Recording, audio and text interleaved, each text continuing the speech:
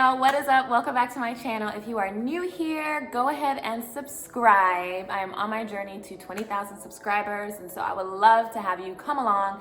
So definitely subscribe to be notified for more videos. Today we are talking about manifestation, y'all. Manifestation makes me so happy, excited, and kind of like fired up because I've seen it work in my life and I know what it can do. And it's all about just understanding, our surroundings, understanding, life is energy. There's energy in everything, and our words have energy and our words have power. And so today I wanted to share a few tips with you on manifesting. I've seen this happen in my life. I manifested this townhouse that I'm in right now. Yes, I manifested this. And even before this one happened and everything fell into place, I've manifested other things in my life, and I want to share that with you because you can change your circumstances. If you're not in good circumstances, you can live your dreams if you have big dreams that can help people and just change future generations to come. So let's talk about manifestation really quick. What is manifesting? What does that mean? Answer that question so you'll be able to unbox and go deeper. So pretty much manifesting is attracting something into your life, bringing about something that is not here yet, but you see will be happening, consciously creating something. Everything is energy, like I said. The world is energy and everything is vibrating. Let's think of life as like a radio. And if you want to listen to rock music, you will tune in to the rock station, and in return, you will receive rock music. So think about life like that. So the same with life, you must tune into that station. If you want to go somewhere, if you want to have these dreams, or if you want to have the career, or if you have specific financial goals, health goals, fitness goals, having a baby, whatever that is, you want to be able to align your life with that station, with that frequency, to be able to manifest those things into your life. You have to first, be able to visualize that and see that and believe it. Know that you are worthy and know that it can happen for you. So, some people think manifestation and law of attraction and all that kind of stuff is whatever they think. But it's really simple when you think about it. What you give out, you will receive. It might not be a direct boomerang, but it will come back to you. You do good, you get good. You do bad, you get bad. So let's talk about manifesting. A few tips to help you manifest. First of all, so let me just tell you a quick story, my manifesting story. There, like I said, there's been a few situations where I can clearly remember I manifested this. Like, I thought about this, I worked towards this, I prayed about it, and it happened. And what are the things that, took place to make those things happen? And so let's use the example of my townhouse that I love, and I'm so grateful to have this roof over my head and my daughter's head. So, let's see, was in the need for a space for me and Logan. During the time in my life, this was in 2017, me and Logan had moved in with family in Orlando, and I was getting on my feet and needed a space, wanted my own space because I've had my own space before. I was determined. I was excited when I thought about it. I was excited, I was determined, and I wanted it. And I started looking in the area. I wanted to figure out exactly what I wanted. And so tip number one is you have to get crystal clear on exactly what you want. Crystal clear on what it is that you want. Whether it's the car, the type of car, what type, go test drive it. What does it smell like? So I looked in the area and, staying in the budget that I had at the time, I found this townhouse community, and I recognized it because one of my best friends, Joanna, she lives in the same exact developer, like the same place that she lives. Her community is built with the same developer, so it looks exactly the same. And so I already knew what it looked like inside, and so I would think about, I've been to her house, we went to college together, we're business partners, we're best friends, so I know her house. I've slept in her house plenty of times, been in her house plenty of times.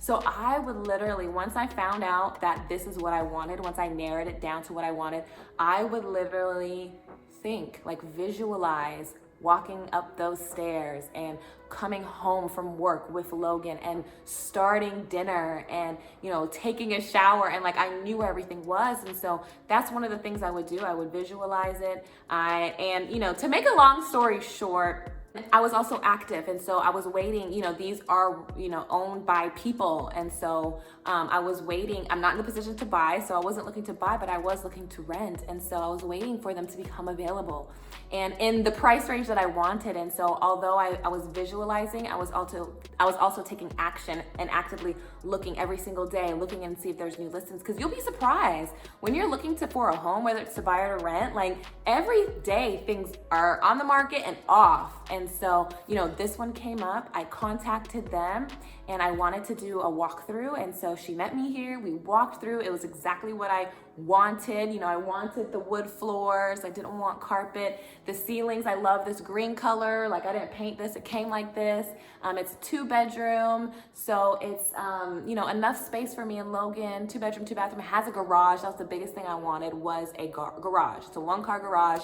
I wanted safety, it being just the 2 of us here, and that's the things I wasn't budging on. Like I wanted that garage. And so long story short, it was perfect. It was perfect.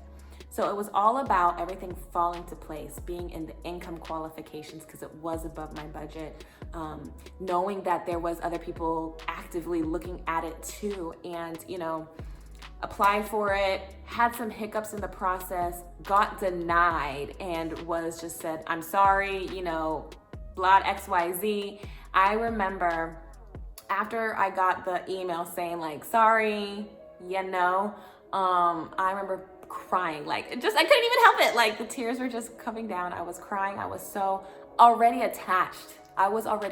Like this was already my place. I already knew that this was my home. You know what I'm saying? I could see me cooking dinner. I could see me folding laundry and tucking in my daughter. Like I had already made it my home, and I was already speaking it into existence. So I was crushed. And then at that moment I was like, you know what, Lord, you are in control. Like I really had to stop crying and just be like, let your will be done, Lord, but I want this, and I'm just gonna let your will be done. If it's not meant, it's not meant.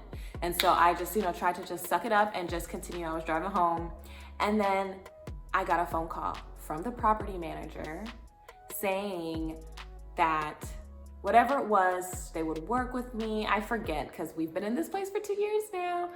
Whatever it was like a complete switch. After I kind of let go and just gave it to God, it was just like a complete switch. Like, psych, you can't have it. Like, what? So after everything went through and, checks and money orders and picking up keys and turning on electricity and all that stuff, got the place, got the townhouse, and I manifested it. Just like when I was moving to Atlanta, I manifested. I told God, I was like, God, I want this to happen. I want to be able to move. Me and my other best friend, Brittany, we were like, if we both get jobs, if everything works out, we're going to move. Like, this is before I had Logan, right out of college. Everything worked out. I was thinking of the job. I looked up the places in the area of where we were going to live and where to work. And I envisioned myself working and doing those things. And so it's just super exciting. It's not like something you're going to be like, oh, please let me have this, and the next day you will have it. But it's more of an intentional, genuine belief, and just simple steps that can help it come into fruition and faster if it's the right time. So I know I did a lot of babbling, but I wanted to share that with you because I feel like actual stories definitely help with the legitimacy of, manifestation and law of attraction. So a few tips, I have them written in my planner. If you do not have a planner for 2020, get one. Even if you just go to the dollar store, even if you want to invest in a really nice one, there's some really great planners out there. Get one. I got this one from Target, and it's actually the Create and Cultivate planner. So this one's actually really bomb. It comes with stickers, and it comes with a little vision board thing that you can do. It's bomb. So I have some notes written in here for you all about manifesting. So the first step in manifesting is you have to adopt an attitude of gratitude. Okay, so you want to be thankful for what you already have and what is going to happen, because your energy has to be pure. You can't be like, oh, I really want this to happen, and be inside you're fearful, you have the wrong energy really invoking. So you want to adopt an attitude of gratitude. I'm always so thankful for the roof over my head. There are people out there who don't have a roof over their head. I know what I had to go through to get this roof over my head, and I'm so thankful because I love it, and it keeps me and my daughter safe. So adopt an attitude of gratitude. 2, You want to visualize it. And this is my favorite part. I don't know if because I'm a creative person, like before I go to sleep and like if I want something, I will think about it then and envision having it and envision doing it or going there. So when you visualize, the key is you really have to feel it. So how are you gonna feel when you get that call saying you got the keys to the house? Butterflies, like, are you gonna feel in disbelief? Are you going to cry? Really feel it, because those energy, those emotions, that is what is the fine tuning of you getting into alignment and into vibration with what you want. So feel it when you visualize it, but think about it. Definitely think about it and be specific. That's why I said in the beginning, you wanna be crystal clear on what it is that you want.